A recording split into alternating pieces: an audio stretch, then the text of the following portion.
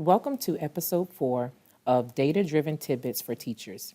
Today we will discuss how to target small group instruction with data by identifying the point of error in the content area of math. To accomplish this task, we will start by reviewing the reporting category reports in EDW for math. This report allows the teacher to take a closer look at student performance within each subcategory assessed on FSA. Because this is a broad overview of student performance, we will dive deeper into the standard and depth of knowledge to assist with identifying the point of error. We will also look at additional PD resources provided in Performance Matters through the Student Item Analysis Report. Our focus for the reporting category report will be 1, to identify performance gaps in math for which assessed subcategory, and 2, how to create student groups based off of critical and exhibited weaknesses. Now, let's unpack the math reporting categories report. We never want to jump to conclusions and assume our level 1 and 2 students need help in all areas, but we must understand with math, all concepts are fair game and build upon one another as the student proceeds to the next grade level.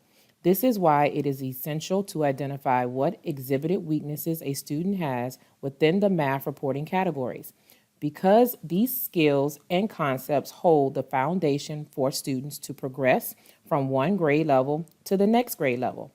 To determine if a student has an exhibited weakness for a subcategory, the student score has to fall below a 70%. For a subcategory to be considered a strength, the student would need to score a 80% or above. To address the deficit subcategory standards at the appropriate depth of knowledge level, teachers would need to create student groups for these students with the identified weaknesses for the purpose of providing differentiated instruction.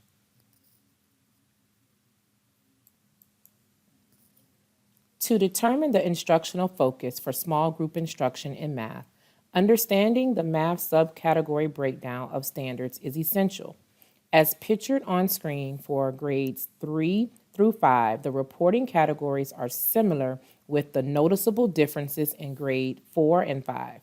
In grade 4, the addition of the measurement and geometry subcategory and numbers, operations, and fractions is extended and made into its own subcategory. In grade 5, the skill set of fractions is being added to the operations and thinking subcategory. Keep in mind that 60 to 80% of the FSA math assessment is at the DOK2 level. This means when preparing for small group instruction, instructional lessons and activities need to reflect the appropriate level of DOK that the standard is assessed at.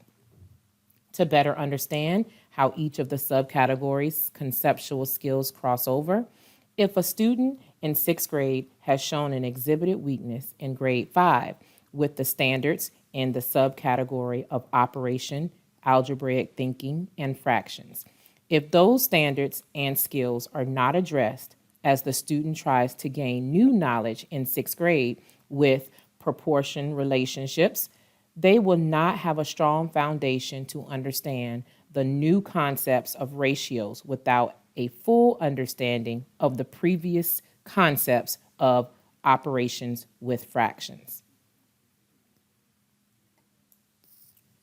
The same can be stated at the secondary level for math. As pictured on screen for grades 6 through 8 and in the FSA EOCs, there are noticeable differences within the categories at the middle school level. It's necessary that teachers address the deficits within these categories because, again, in math, all concepts and skills are fair game and build upon one another as the student proceeds to the next grade level. When preparing for small group instruction, instructional lessons and activities need to reflect the appropriate level of DOK that the standard is assessed at, keeping in mind that 60 to 80% of the math assessment is at the DOK2 level. For students taking the FSA EOC, if a student has exhibited weaknesses in grade 8 FSA in the expressions and equations and functions categories, and the weaknesses are not addressed, by the time the student takes the Algebra 1 EOC, the student will have the same deficits on the Algebra 1 EOC in the areas of algebra and modeling and functions and modeling, because the student needs skills from the previous year in order to be successful with the new knowledge for the current year.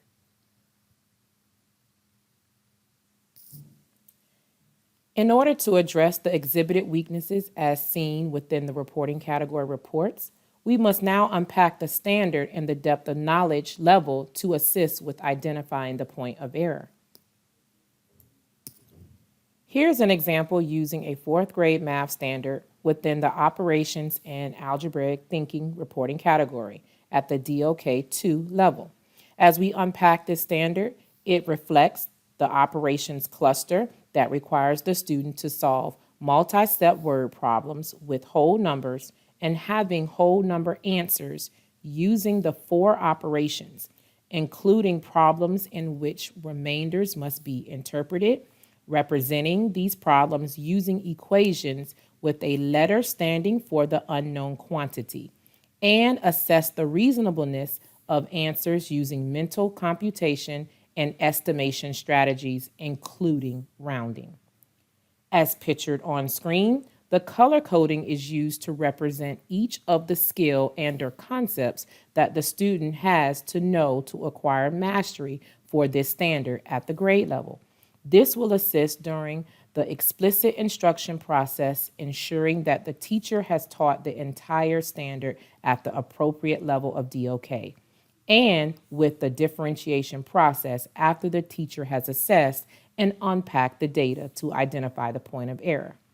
Here are 3 types of math errors that students could be struggling with. 1, vocabulary within the problem.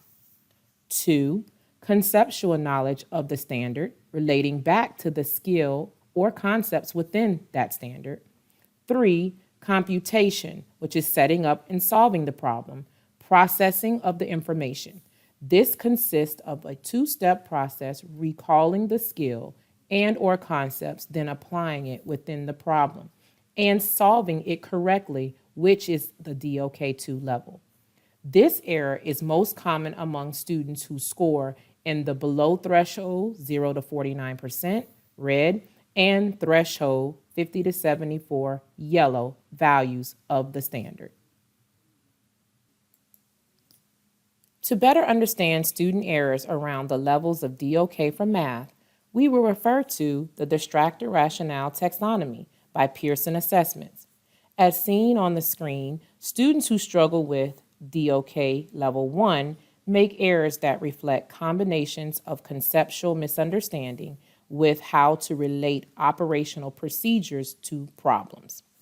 DOK Level 2, students make errors that reflect computational ability that demonstrates an inadequate conceptual framework and flawed reasoning in support of conclusions or inferences.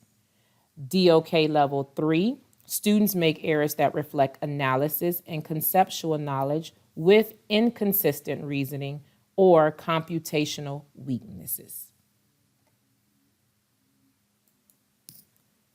In the Performance Matters platform are some embedded PD resources that can assist with the differentiation process around the point of error within small group instruction. These resources can be located in the Student Item Analysis Report in the Item Attributes tab located next to the standard. As pictured on screen, to access these resources, look for the small circles with an icon in the middle. By clicking on these icons, opens up additional resources for instruction. Within the math content area, these resources are from Khan Academy.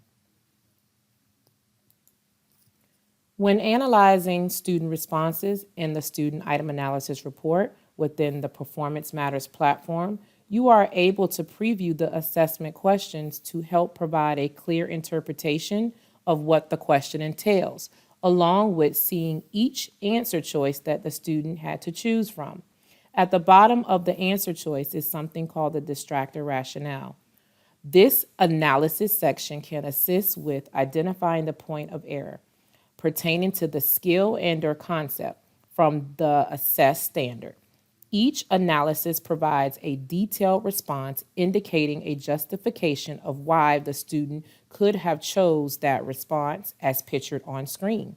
The distractor analysis is available in the math, social studies, science, and civics local assessments and will be available in ELA, math, science, and civics winter diagnostics.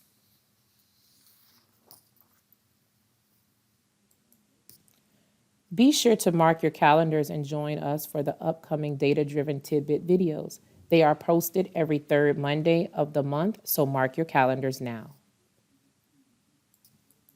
For more information regarding the topic presented in this video, please feel free to contact your regional EDW specialist and they can come out and provide further support. Thank you for watching and have a wonderful day.